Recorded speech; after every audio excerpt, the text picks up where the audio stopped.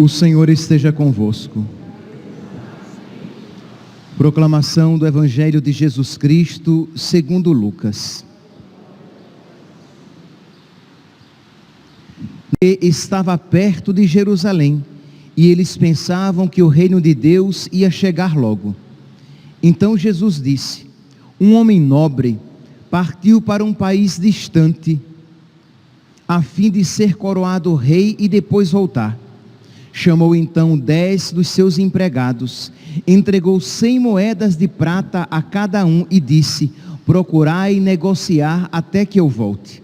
Seus concidadãos, porém, o odiavam e enviaram uma embaixada através dele, dizendo: nós não queremos que esse homem reine sobre nós. Mas o homem foi coroado rei e voltou. Mandou chamar os empregados, aos quais havia dado o dinheiro, a fim de saber quanto cada um havia lucrado. O primeiro chegou e disse: Senhor, as 100 moedas renderam 10 vezes mais. O homem disse: muito bem, servo bom. Como foste fiel em coisas pequenas, recebe o governo de 10 cidades. O segundo chegou e disse: Senhor, as 100 moedas renderam 5 vezes mais. O homem disse também a este: recebe tu também o governo de 5 cidades. Chegou o outro empregado e disse: Senhor, aqui estão as tuas 100 moedas que guardei no lenço, pois eu tinha medo de ti, porque és um homem severo. Recebes o que não deste, e colhes o que não semeaste. O homem disse: servo mau, eu te julgo pela tua própria boca. Tu sabias que eu sou um homem severo, que recebo o que não dei e colho o que não semeei. Então por que tu não depositaste meu dinheiro no banco? Ao chegar, eu o retiraria com juros. Depois disse aos que estavam aí presentes: tirai dele as 100 moedas e dai-as àquele que tem 1000. Os presentes disseram: Senhor, esse já tem 1000 moedas. Ele respondeu: eu vos digo, a todo aquele que já possui será dado ainda mais, mas àquele que nada tem será tirado até mesmo o que tem. E quanto a esses inimigos que não queriam que eu reinasse sobre eles, trazei-os aqui e matai-os na minha frente. Jesus caminhava à frente dos discípulos, subindo para Jerusalém. Palavra da salvação.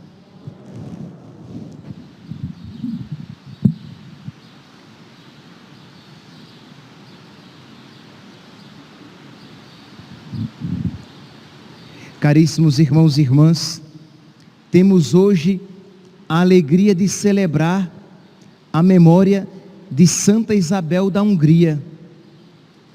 Eu tive a alegria de celebrar a minha primeira missa no dia, na comunidade de Santa Isabel. Eu era vigário lá na paróquia de Nossa Senhora Medianeira de Todas as Graças, e celebrei a minha primeira missa no dia 5 de junho de 2005, lá na igreja de Santa Isabel da Hungria. Por isso que eu estou vestido com a minha casula de ordenação. Foi com essa casula que eu fui ordenado, fui feito padre. E também, quando eu retornei para o Brasil, eu estava estudando em Roma, foi um sinal de Santa Isabel, porque alguns meses antes da sua festa, eu tinha terminado o mestrado, estava pensando em fazer o doutorado, mas eu queria voltar para o Brasil. E aí eu rezei, pedi a intercessão de Santa Isabel da Hungria, e no dia de Santa Isabel da Hungria veio a resposta que eu podia voltar para o Brasil.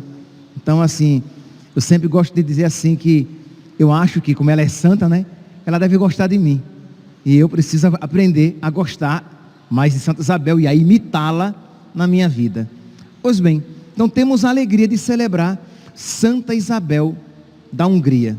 Quem foi esta santa que, como diz o evangelho de hoje, ela produziu 100 vezes mais, isso é, ela multiplicou 10 vezes mais, melhor dizendo, os seus 100 talentos que ela havia recebido.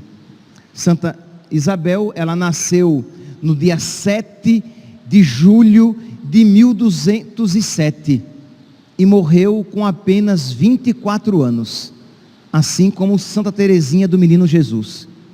Santa Isabel, ela era filha dos reis da Hungria, daí vem Santa Isabel da Hungria, e ela foi dada em casamento ao rei da Turíngia, e ela com 4 anos de idade foi enviada para já se preparar para o futuro matrimônio.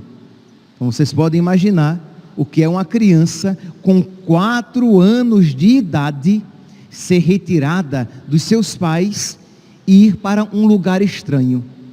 Diz então que ela foi enviada e ali ela viveu, né, se preparando para o seu futuro casamento.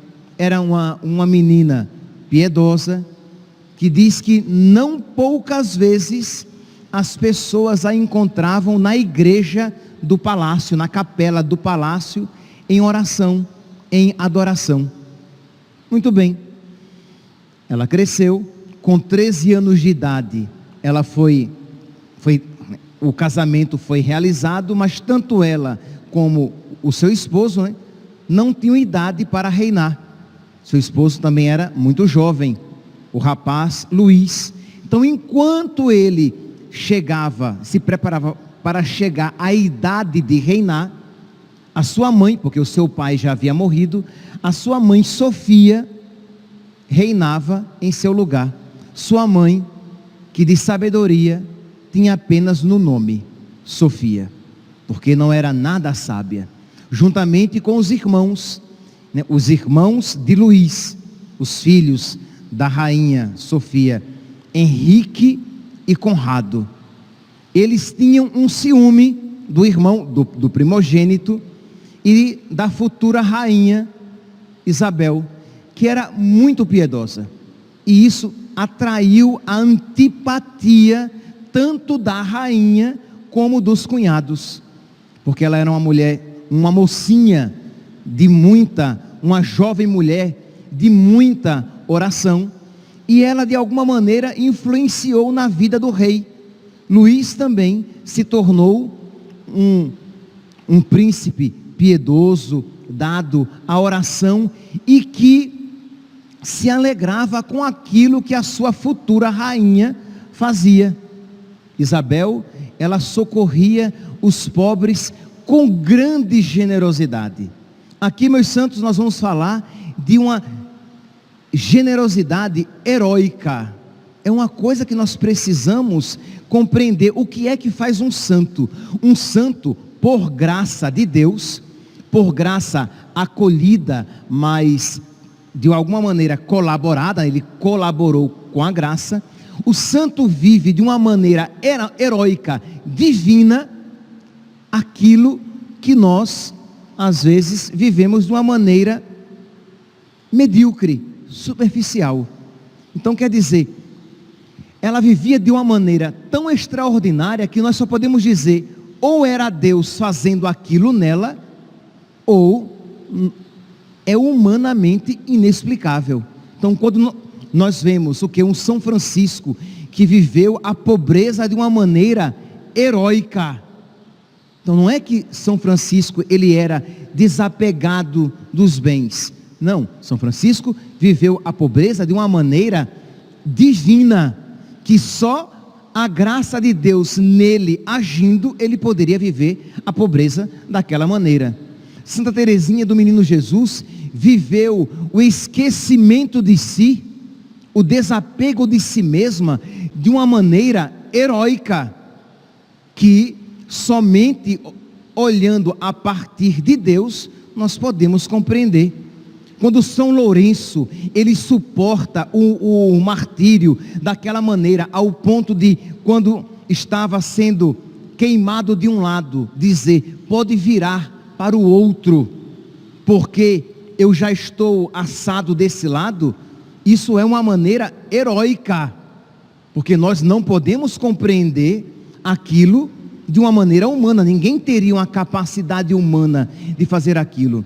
Quando São Pedro de Alcântara vive a penitência, ele vive de uma maneira heróica, de uma maneira divina, que como é que uma pessoa poderia dormir tão poucas horas por dia, de 2 a 3 horas por dia, e fazer tanta penitência, e não enlouquecer, porque era Deus que nele agia. Pois bem, Santa Isabel viveu a generosidade, o desapego dos bens terrenos e a conformidade com a vontade de Deus de uma maneira heróica. Então essa mocinha, essa jovem mulher, ela diz aqui na liturgia das horas, aqueles que rezam a liturgia das horas vão encontrar, na carta escrita por Conrado de Marburgo, diretor espiritual de Santa Isabel, diz que ela muito cedo começou a possuir grandes virtudes, e que ela com os seus bens, imagine, com os seus bens, ela mandou construir 3 hospitais, um para as mulheres, outro para os homens, e um outro para necessidades mais urgentes. Ela socorria os pobres com muita generosidade. Ela mesma cuidava de vários doentes, e principalmente daqueles doentes que ninguém queria cuidar. Ela pedia, muitos pobres subiam ao seu palácio para receber víveres, comida, porque uma grande fome assolou aquela região, e ela começou a distribuir os bens, os víveres, e a família ficou meio irritada, porque essa mulher ama tanto a pobreza que vai nos empobrecer também, eles diziam, porque ela está dando tudo o que tem, ela está dando a comida de tal maneira para os pobres, que daqui a pouco nós iremos passar fome também. E ela e o seu marido sabia que isso ela fazia, e compreendia que aquilo era da vontade de Deus, e heroicamente ele aceitava. Ela chegou ao ponto de vender, de se desfazer das suas joias, para ter com que ajudar os pobres naquele período de necessidade e na construção daqueles hospitais. Então vocês podem ver o que significa aqui a generosidade heróica. Aqueles deram do que lhes restava, ela deu tudo que tinha para viver. A palavra de nosso Senhor, aquela viúva, a pobre viúva, que deu tudo que tinha naquela moedinha. Então, meus santos, a caridade, para que seja caridade, para que seja uma caridade verdadeira, ela tem que implicar um pouco que seja de sacrifício. Se eu dou do que me sobra, se não me custa coisa alguma fazer aquele bem, percebe que não é uma obra tão virtuosa assim, é um bem. Deus com misericórdia há de levar em consideração, mas você percebe que não é uma caridade, muito menos uma caridade heróica, porque precisa de algum, para ser caridade, precisa de alguma maneira ter um aspecto estaurológico, um aspecto de cruz. A cruz tem que tocar, e aqui você pode, eu estou me referindo à caridade, mas você pode se referir a qualquer coisa. Uma paciência, para que seja caridade, ela tem que custar, porque se você é uma mosca morta, que o mundo cai lá fora, e você não se aperreia com nada, isso não é virtude, é o seu temperamento, você é 100%, 1000% fleumático, e nada agita você. Mas se a paciência lhe custa, Se aquela humilhação lhe custa e você vive aquilo por amor a Deus, porque quer se configurar a Deus, aquilo é virtude, porque aquilo de alguma maneira custa de você, exige de você. Pois bem, então Santa Isabel da Hungria, ela isso fazia, e fazia com generosidade, né? com abnegação de si mesma, ao ponto de às vezes até colocar em certo risco os seus bens. Por isso que os seus familiares nutriam tanta antipatia por ela. Imagine que uma vez ela encontrou, nesses dias que ela desceu para cuidar dos pobres, digo desceu porque o seu palácio ficava em cima de um monte, e que ela desce, diz aqui a liturgia das horas, vocês podem depois, aqueles que tiverem a liturgia, vocês podem aqui ler. Ela tinha o costume de 2 vezes ao dia, pela manhã e à tarde, visitar pessoalmente os doentes, e chegava mesmo a tratar com as próprias mãos os mais repelentes, os mais repulsivos. Imagina, uma mulher rica, a futura rainha. A alguns ela alimentava, a outros preparava o leito, e a outros até carregava nos ombros.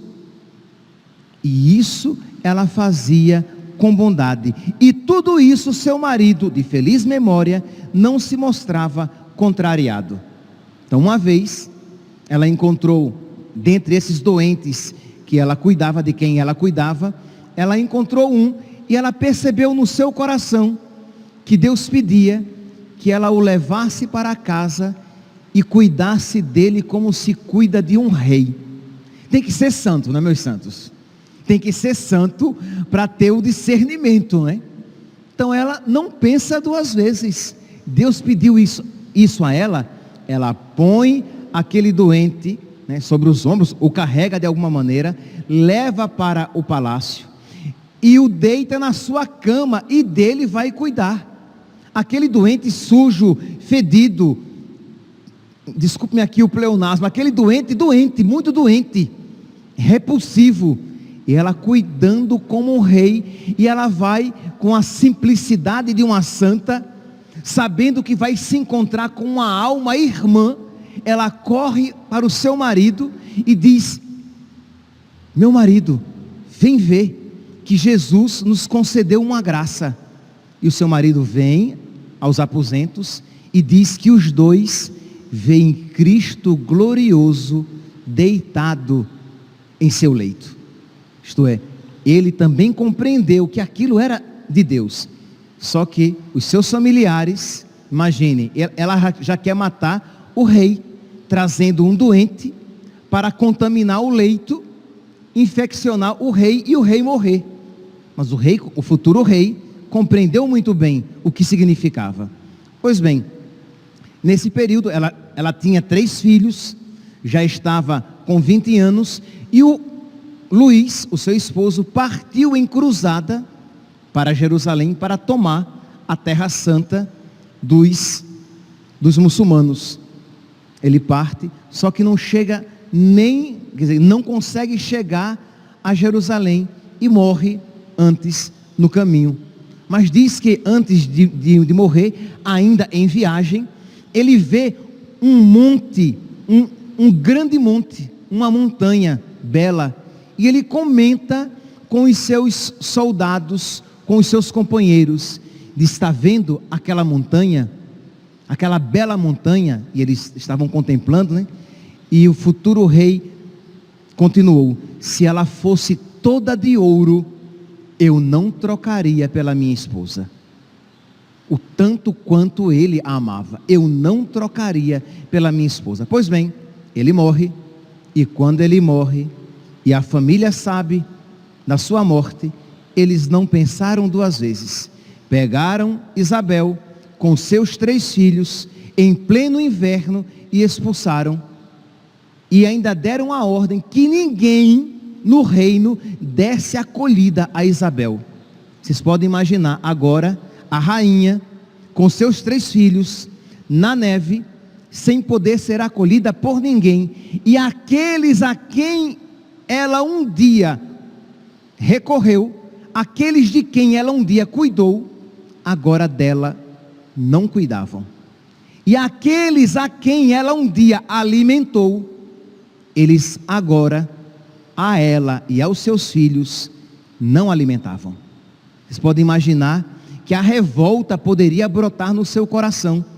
Diz que apenas um homem da região, que tinha apenas um chiqueiro, disse que ali, se ela quisesse, ela poderia ficar, e talvez o calor dos animais aquecesse a rainha com os seus súditos. Meus santos, isso aqui não é uma historinha bonita criada. Eu estou falando do século 13.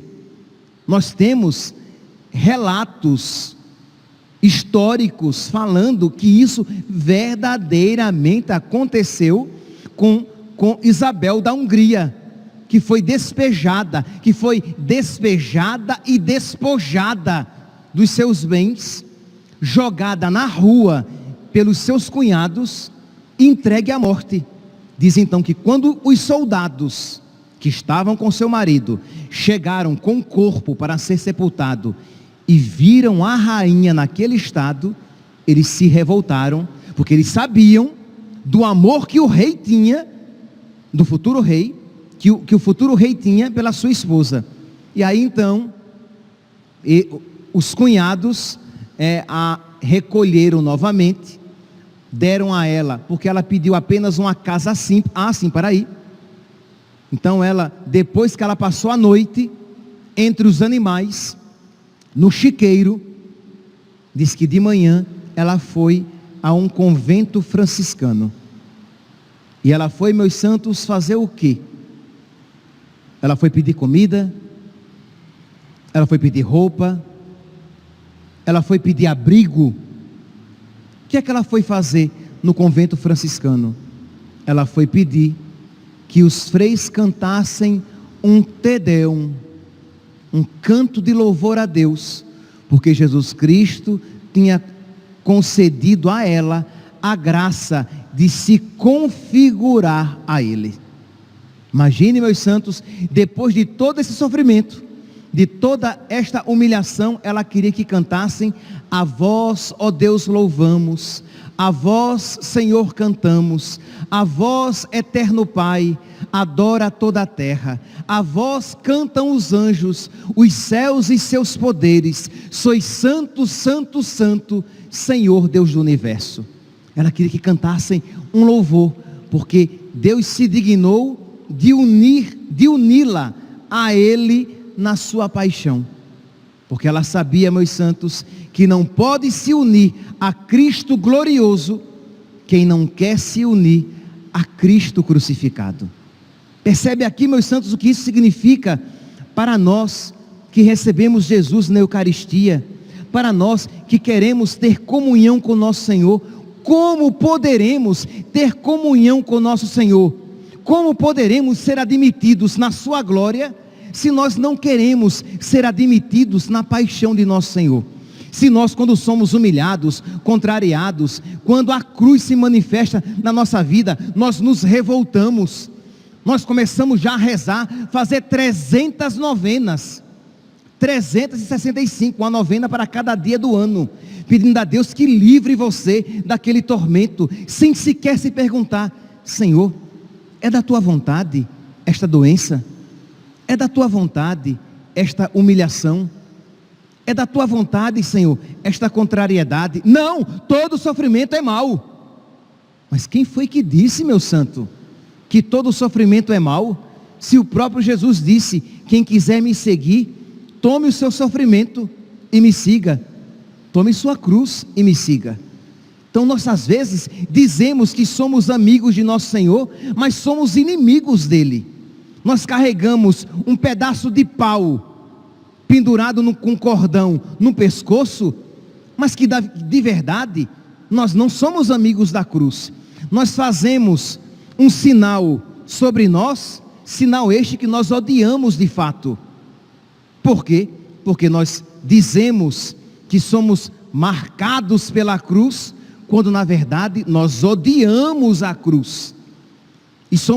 E nós nos marcamos, e pela cruz somos marcados, quando o sacerdote diz: abençoe-vos Deus Todo-Poderoso, Pai, Filho e Espírito Santo. Ou quando você se acorda de manhã e, em nome do Pai, do Filho e do Espírito Santo. Mas é da boca para fora: este povo me honra com os lábios, mas o seu coração está longe de mim. Por quê? Porque nós não queremos com Cristo nos configurar. Como amigos interesseiros, nós queremos o dinheiro do nosso amigo. Como uma esposa interesseira, nós queremos o dinheiro do esposo, a casa que ele tem. Mas nós não queremos fazer comunhão com o esposo, com Cristo. Então precisamos pedir a Deus que tire do nosso peito este amor interesseiro e que nos ensine a amá-lo de verdade, e que nos conceda aquela sabedoria que Sofia, a mãe do rei, não possuía.